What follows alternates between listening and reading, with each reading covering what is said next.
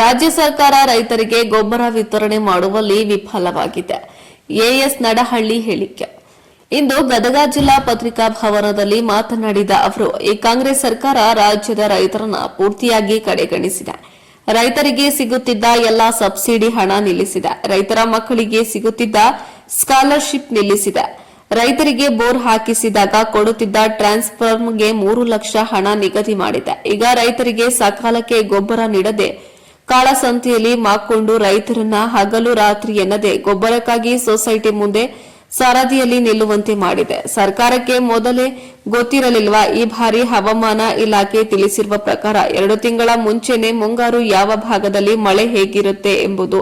ಈ ಸರ್ಕಾರ ರೈತರನ್ನ ಕಡೆಗಣಿಸುವ ಸರ್ಕಾರ, ರೈತರ ಬಗ್ಗೆ ಕಾಳಜಿ ಇಲ್ಲದಿರುವ ಸರ್ಕಾರ. ಈ ಸರ್ಕಾರದ ವಿರುದ್ಧ ನಮ್ಮ ಬಿಜೆಪಿ ಪಕ್ಷ ರೈತರಿಗೆ ಗೊಬ್ಬರ ಸಿಗುವವರೆಗೂ ನಾವು ಹೋರಾಟ ನಡೆಸುತ್ತೇವೆ ಎಂದು ತಿಳಿಸಿದರು. ಕ್ಯಾಮರಾಮನ್ ಜಗದೀಶ್ ಜೊತೆ ಅಶೋಕ ಹುಗ್ಗಾರ, ಗದಗ. ಬಹುಶಃ ಕರ್ನಾಟಕ ರಾಜ್ಯದಲ್ಲಿ ಕಾಂಗ್ರೆಸ್ ಸರ್ಕಾರ ಅಧಿಕಾರಕ್ಕೆ ಬಂದ ಮೇಲೆ ರೈತರಿಗೆ ಕರಾಳ ದಿನಗಳು ಪ್ರಾರಂಭ ಆಯಿತು. ಬಂದ ತಕ್ಷಣ ಅವರು ನಮ್ಮ ಸರ್ಕಾರ ಇದ್ದಾಗ ನಾವೇನು ಕೊಡ್ತಾ ಇದ್ವಿ 4,000 ರೂಪಾಯಿ ಕಟ್ ಮಾಡಿದ್ರು ರೈತರ ಅಕೌಂಟಿಗೆ ಹೋಗೋದು. ಅದಾದ್ಮೇಲೆ ರೈತರು ಹೊಲಗಳಿಗೆ ಕರೆಂಟ್ ಕೊಡೋದಕ್ಕೆ ಏನು 25,000 ರೂಪಾಯಿದಲ್ಲಿ ಟ್ರಾನ್ಸ್ಫಾರ್ಮರ್ ಕೊಟ್ಟು ಉಚಿತವಾಗಿ ವಿದ್ಯುತ್ತಿನ ಏನು ಕನೆಕ್ಷನ್ಸ್ ಕೊಡ್ತಿದ್ವಿ, ಅದನ್ನು ಕಟ್ ಮಾಡಿ ರೈತರ ಮಕ್ಕಳಿಗೆ ವಿದ್ಯಾನಿಧಿನಲ್ಲಿ ಒಂದು ಸ್ಕಾಲರ್ಶಿಪ್ ಅನ್ನು ಕೊಡ್ತಕ್ಕಂಥ ಯೋಜನೆಯನ್ನು ಜಾರಿಗೆ ತಂದಿದ್ವಿ. 52 ಲಕ್ಷ ರೈತ ಕುಟುಂಬಗಳ ಮಕ್ಕಳಿಗೆ ಅನುಕೂಲ ಆಗ್ತಿತ್ತು, ಅದನ್ನ ನಿಲ್ಲಿಸ್ತಕ್ಕಂಥ ಕೆಲಸ ಮಾಡಿದ್ವಿ. ಉತ್ತರ ಕರ್ನಾಟಕದಲ್ಲಿ ಬಹುತೇಕ ಸಿರಿಧಾನ್ಯಗಳನ್ನು ಬೆಳೀತೇವೆ, ಅದಕ್ಕೆ ಪ್ರತಿ ಹೆಕ್ಟೇರ್ಗೆ 10,000 ರೂಪಾಯಿ ಸಹಾಯಧನ ಕೊಡ್ತಿದ್ವಿ, ಅದನ್ನು ನಿಲ್ಲಿಸಿದ್ರು. ಟ್ರ್ಯಾಕ್ಟರ್ಗೆ ಹೊಲಗಡೆ ಉಳುಮೆ ಮಾಡ್ಲಿಕ್ಕೆ ಟ್ರ್ಯಾಕ್ಟರ್ ಸಬ್ಸಿಡಿ ಪ್ರತಿಯೊಬ್ಬ 5 ಎಕರೆವರೆಗೆ ರೈತನಿಗೆ 1,250 ರೂಪಾಯಿ ಸಹಾಯಧನ ಅಂತ ಕೊಡ್ತಿದ್ವಿ, ಅದನ್ನು ನಿಲ್ಲಿಸ್ತಕ್ಕಂಥ ಕೆಲಸ ಮಾಡಿದ್ವಿ. ಕರ್ನಾಟಕದಲ್ಲಿ ಸುಮಾರು 23 ಲಕ್ಷ ಕುಟುಂಬಗಳು ಹೈನುಗಾರಿಕೆಯನ್ನು ನಂಬ್ಕೊಂಡು ಬದುಕ್ತಾ ಇದ್ದಾವೆ. ಅವ್ರಿಗೆ ಕೊಡಬೇಕಾದಂತ 5 ರೂಪಾಯಿ ಪ್ರೋತ್ಸಾಹಧನವನ್ನು ಕಡಿಮೆ ಮಾಡಿದ್ರು. ಎಲ್ಲ ಆದರೂ ಕೂಡ ನಮ್ಮ ರೈತರು ಇಷ್ಟೆಲ್ಲ ನೋವುಗಳನ್ನು ಅನುಭವಿಸ್ಕೊಂಡು ಸುಮ್ಮನೆ ಇದ್ವಿ. ಅನೇಕ ಬಾರಿ ರೈತ ಮೋರ್ಚಾದ ವತಿಯಿಂದ ನಾವು ರಾಜ್ಯ ಮಟ್ಟದಲ್ಲಿ ಅನೇಕ ಹೋರಾಟಗಳನ್ನು ಈ ವಿಷಯವಾಗಿ ಮಾಡಿದ್ದೇವೆ. ಈ ವರ್ಷ ಅತ್ಯಂತ ಉತ್ತಮವಾದಂತಹ ಮಳೆ ಆಗಿದೆ. ಹವಾಮಾನದ ಮುನ್ಸೂಚನೆಗಳು 2 ತಿಂಗಳು ಮುಂಚಿತವಾಗಿಯೇ ರಾಜ್ಯ ಸರ್ಕಾರ ಗಮನದಲ್ಲಿರ್ತದೆ. ಯಾವ್ಯಾವ ಭಾಗದಲ್ಲಿ ಎಷ್ಟು ಮಳೆ ಆಗ್ಬೋದು, ಯಾವ್ಯಾವ ರೀತಿಯ ಗೊಬ್ಬರದ ಅವಶ್ಯಕತೆ ಬೀಳ್ಬೋದು ಅಂತಕ್ಕಂಥ. 3ನೇದು, ಕೃಷಿ ಇಲಾಖೆ ಮತ್ತು ಇಲಾಖೆ ಸಂಬಂಧಪಟ್ಟಂತ ಸಚಿವರುಗಳು 3 ತಿಂಗಳಿಗೊಂದ್ಸಾರಿ ರಿವ್ಯೂ ಮೀಟಿಂಗ್ಗಳನ್ನು ಮಾಡಿ ರೈತರು ಯಾವ್ಯಾವ ಬೆಳೆಗಳನ್ನ ಬದಲಾವಣೆ ಮಾಡ್ತಾರೆ, ಯಾವ್ಯಾವ ಭಾಗದಲ್ಲಿ ಮಾಡ್ತಾರೆ, ಆ ಬದಲಾವಣೆಯಾಗಿ ಹೊಸದಾಗಿ ಹಾಕ್ತಕ್ಕಂಥ ಬೆಳೆಗಳಿಗೆ ಬೇಕಾಗಿರ್ತಕ್ಕಂಥ ಗೊಬ್ಬರದ ಅವಶ್ಯಕತೆ ಏನು ಅನ್ನೋದನ್ನ ಅಸೆಸ್ಮೆಂಟ್ ಮಾಡಿ ಕೇಂದ್ರ ಸರ್ಕಾರಕ್ಕೆ ಮುಂಚಿತವಾಗಿ ಬೇಡಿಕೆಗಳನ್ನು ಸಲ್ಲಿಸ್ತಕ್ಕಂಥದ್ದು ರಾಜ್ಯವನ್ನ ಆಳ್ತಾ ಇರತಕ್ಕಂಥ ರಾಜ್ಯ ಸರ್ಕಾರದಲ್ಲಿರ್ತಕ್ಕಂಥ ಸರ್ಕಾರದ ಕರ್ತವ್ಯ ಮತ್ತು ಮಂತ್ರಿಗಳ ಕರ್ತವ್ಯ. ಈ ಸರ್ಕಾರ ಕೇಂದ್ರಕ್ಕೆ ಬೇಡಿಕೆ ಕೊಟ್ಟಿರ್ತಕ್ಕಂಥದ್ದೇನು, ಖರೀಫ್ ಅಂದ್ರೆ ಜುಲೈ 30ನೇ ತಾರೀಕಿನವರೆಗೆ ಸುಮಾರು 6,80,000 ಮೆಟ್ರಿಕ್ ಟನ್ ಬೇಕು ಅಂತ ಕೊಟ್ಟಿದ್ದಾರೆ. ಒಟ್ಟು ಖಾರಿಫ್ಗೆ ಮುಂಗಾರಿಗೆ ಕೇಂದ್ರ ಸರ್ಕಾರ ಅಲೋಕೇಶನ್ ಕೊಟ್ಟಿರ್ತಕ್ಕಂಥದ್ದು 11,57,000 ಮೆಟ್ರಿಕ್ ಟನ್ ಯೂರಿಯಾ ಗೊಬ್ಬರವನ್ನು ಅಲೋಕೇಶನ್ ಕೊಟ್ಟಿದ್ದಾರೆ. ಇಲ್ಲಿವರೆಗೆ ಕೇಂದ್ರ ಸರ್ಕಾರ ರಾಜ್ಯ ಸರ್ಕಾರಕ್ಕೆ 8,73,000 ಮೆಟ್ರಿಕ್ ಟನ್ ಯೂರಿಯಾ ಗೊಬ್ಬರವನ್ನು ಹಂಚಿಕೆ ಮಾಡಿದ್ದಾರೆ. ಆದರೆ ರಾಜ್ಯ ಸರ್ಕಾರ ಇಲ್ಲಿವರೆಗೆ ಬಿಡುಗಡೆ ಮಾಡಿರ್ತಕ್ಕಂಥ ಸೊಸೈಟಿಗಳ ಮುಖಾಂತರ ಬೇರೆ ಬೇರೆ ನಮ್ಮ ಅಗ್ರೋ ಕೇಂದ್ರಗಳ ಮುಖಾಂತರ ಏನು ರೈತರಿಗೆ ಹಂಚಲಿಕ್ಕೆ ಬಿಡುಗಡೆ ಮಾಡಿರ್ತಕ್ಕಂಥದ್ದು ಕೇವಲ 5,30,000 ಮೆಟ್ರಿಕ್ ಟನ್ ಮಾತ್ರ. ಇನ್ನೊಂದು ತಮ್ಮ ಗಮನಕ್ಕೆ ತರಲಿಕ್ಕೆ ಬಯಸ್ತಾರೆ. ಯೂರಿಯಾ ಗೊಬ್ಬರವನ್ನ ಜಿಲ್ಲಾವಾರು ಹಂಚಿಕೆ ಮಾಡುವಂತ ಸಂದರ್ಭದಲ್ಲಿ ವಿಭಾಗವಾರು, ಪ್ರಾದೇಶಿಕವಾರು, ಯಾವ್ಯಾವಾಗ ಯಾವ ಭಾಗದಲ್ಲಿ ಮಳೆ ಆಗ್ತದೆ, ಯಾವ ಭಾಗದಲ್ಲಿ ಹೆಚ್ಚು ಅವಶ್ಯಕತೆ ಇದೆ, ಅದರ ಆಧಾರದ ಮೇಲೆ ಸಾಗಾಣಿಕೆ ಮಾಡ್ತಾ ಇರ್ತಾರೆ.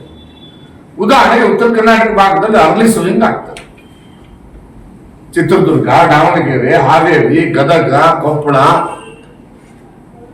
ಬಾಗಲಕೋಟೆ ಈ ಭಾಗದಲ್ಲೆಲ್ಲ ಉತ್ತರ ಕರ್ನಾಟಕ ಭಾಗದಲ್ಲಿ ರೆಕಾರ್ಡ್ ಸ್ಟಾಕ್ ತೋರಿಸ್ತಾರೆ. 10,000 ಮೆಟ್ರಿಕ್ ಟನ್ ಸ್ಟಾಕ್ ಇದೆ ಅಂತ. ಅಲ್ಲಿ ಸ್ಟಾಕ್ ಎಲ್ಲಿದೆ ಫಿಸಿಕಲಿ ತೋರ್ಸಪ್ಪ ಅಂದ್ರೆ ಕೈ ಮುಗಿತಾರೆ. ಈ ಸ್ಥಿತಿ ನಿರ್ಮಾಣ ಆಗಿರ್ತಕ್ಕಂಥದ್ದು ರಾಜ್ಯದಲ್ಲಿ. ಇದಕ್ಕೆ ಕಾರಣ ಕಾಂಗ್ರೆಸ್ ಸರ್ಕಾರ, ಸಿದ್ದರಾಮಯ್ಯ ಸರ್ಕಾರ. ಈ ಸರ್ಕಾರ ರೈತರ ಬಾಯಿಗೆ ಮಣ್ಣು ಹಾಕ್ತಕ್ಕಂಥ ಕೆಲಸ ಮಾಡ್ತಾರೆ. ಇದನ್ನ ನಾನು ಹೇಳ್ತಾ ಇಲ್ಲ. ಕೊಪ್ಪಳ ಜಿಲ್ಲೆ, ನಾನು ಬೆಳಗ್ಗೆ ಕೊಪ್ಪಳ ಜಿಲ್ಲೆಯಲ್ಲಿದ್ದೆ. ಕೊಪ್ಪಳ ಜಿಲ್ಲೆಯಲ್ಲಿ ಚಂದ್ರಪ್ಪ ಲಮಾಣಿ ಅಂತಕ್ಕಂಥ ಒಬ್ಬ MLA ಅವ್ರದ್ದು ಒಂದೇ ಹೆಸರು. ತಂಡಕ್ಕೆ ಹೋಗಿದ್ದೆ ನಾವು. ಅವನು ಪಾಪ 1 ತಿಂಗಳು ಗೊಬ್ಬರಗೋಸ್ಕರ ಅಲ್ಲಿದ್ದ. ನಮ್ಮ ಟಿವಿ ಮಾಧ್ಯಮದಲ್ಲಿ ಟಿವಿ ಸ್ಪೆಷಲ್ ಸ್ಟೋರಿ ಬಂದಿತ್ತು. ನಾನು ನೋಡಿದೆ. ತಕ್ಷಣ ನಾನು ಒಂದು ಮನೆಗೆ ಹೋದೆ. ಇವತ್ತು ಹೋಗಿ ಏನಪ್ಪ ಏನು ಕಷ್ಟ ನಿಂದು, ಯಾಕೆ ನೀನು ಮಣ್ಣು ತಿನ್ನುವಂಥ ಕೆಲಸ ಮಾಡಿದೆ, ಬಾಯಲ್ಲಿ ಮಣ್ಣು ಹಾಕೊಂಡೆ ಅಂತ ಹೇಳಿ, ಇಷ್ಟೆಲ್ಲ ನಿನ್ನ ಕೋಪ ನೋವು ಯಾಕೆ ಅಂತ ಕೇಳಿದ್ರೆ ಎಲ್ಲ ಮಾಧ್ಯಮದ ಮುಂದೆ ಹೇಳ್ತಾನೆ, ಸರ್ ನಾನು 1 ತಿಂಗಳು, ನನ್ನ 3 ಎಕರೆ ಜಮೀನು 1 ತಿಂಗಳು ಓಡಾಡಿದ್ದೀನಿ. ಹೊಸಪೇಟೆಗೆ ಹೋಗಿದ್ದೀನಿ, ಕೊಪ್ಪಳದಲ್ಲಿ ಬೇರೆ ಕಡೆ ಎಲ್ಲ ಕಡೆ ಹೋಗಿದ್ದೀನಿ. ಗೊಬ್ಬರಕ್ಕೋಸ್ಕರ ಅಲ್ದು ಸಾಕಾಗಿ ಕೊನೆಗೆ ಕೊಪ್ಪಳ ಅದರಲ್ಲಿ ಒಂದ್ ಕಡೆ ಗೊಬ್ಬರ ಕೊಡ್ತಾರೆ ಅಂತ ಗೊತ್ತಾಯ್ತು. ಅಲ್ಲಿ ಹೋದೆ, ನನಗೆ ಗೊಬ್ಬರ ಸಿಗ್ಲಿಲ್ಲ. ಆ ನೋವಿಂದ ನಾನು ಮಣ್ಣು ತಿಂದಿದ್ದೆ. ನಾನು ನಿನ್ನೆ ನನ್ಗೆ ಗೊತ್ತಾದಾಗ ನಮ್ಮಲ್ಲಿರ್ತಕ್ಕಂಥವ್ರಿಗೆ, ಸಂಬಂಧಪಟ್ಟವ್ರಿಗೆ ಹೇಳಿ, ನಾನು ಬೆಳಿಗ್ಗೆ ಬರ್ತಾ ಇದ್ದೀನಿ, ಆ ರೈತರಿಗೆ ನಾನೇ ಸ್ವತಃ ಗೊಬ್ಬರ ತಗೊಂಡ್ ಬರ್ತೇನೆ ನನ್ನ ಅಕೌಂಟಲ್ಲಿ.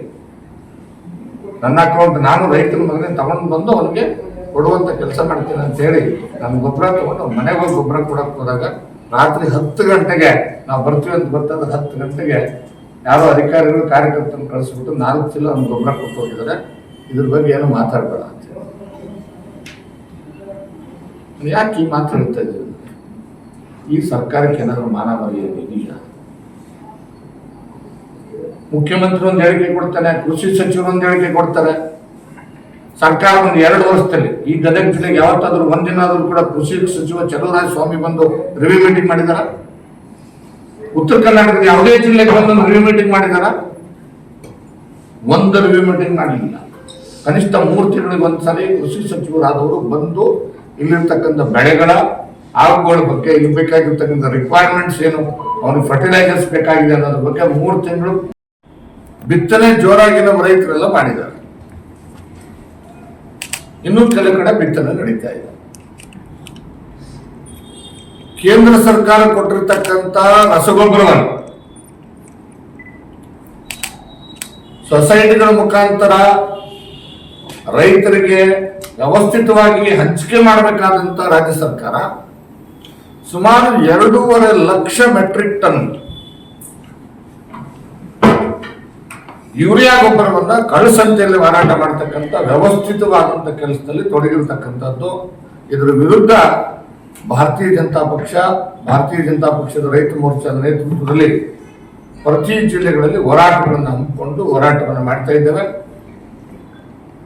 ನಾಳೆ ಅಥವಾ ನಾಡಿದ್ರಲ್ಲಿ ನಮ್ಮ ಈ ಜಿಲ್ಲೆಯ ಅಧ್ಯಕ್ಷರು ನಿಮಗೆ ಡೇಟ್ ಅನ್ನು ಕೂಡ ಹೇಳ್ತಾರೆ. ಈಗ ಬಹಳ ದೊಡ್ಡ ಮಟ್ಟದ ಹೋರಾಟವನ್ನ ರೈತರ ಪರವಾಗಿ ಹಮ್ಮಿಕೊಳ್ತಕ್ಕಂಥ ಕೆಲಸ ನಾವು ಮಾಡ್ತಾ ಇದ್ದೇವೆ.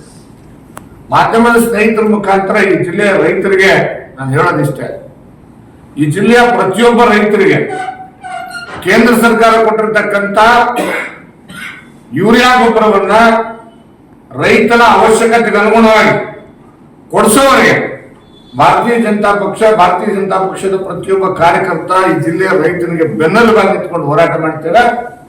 ಯಾವುದೇ ಕಾರಣಕ್ಕೂ ಈ ಸರ್ಕಾರ ಕಳಸಂತೆಯಲ್ಲಿ ಮಾರಾಟ ಮಾಡ್ತಕ್ಕಂಥ ವ್ಯವಸ್ಥಿತವಾಗಿ ಏನು ಲಕ್ಷಾಂತರ ಟನ್ ಗೊಬ್ಬರವನ್ನ, ಯೂರಿಯಾ ಗೊಬ್ಬರವನ್ನ ಮಾರಾಟ ಮಾಡೋದಕ್ಕೆ ನಿಂತಿದ್ದಾರೆ.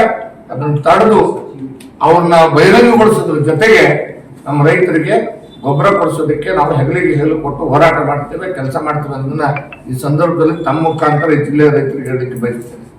ನಾನು ಮಾಧ್ಯಮದ ಸ್ನೇಹಿತರ ಗಮನಕ್ಕೆ ತರಲಿಕ್ಕೆ ಬಯಸ್ತೇನೆ ಒಂದೊಂದಾಗಿ.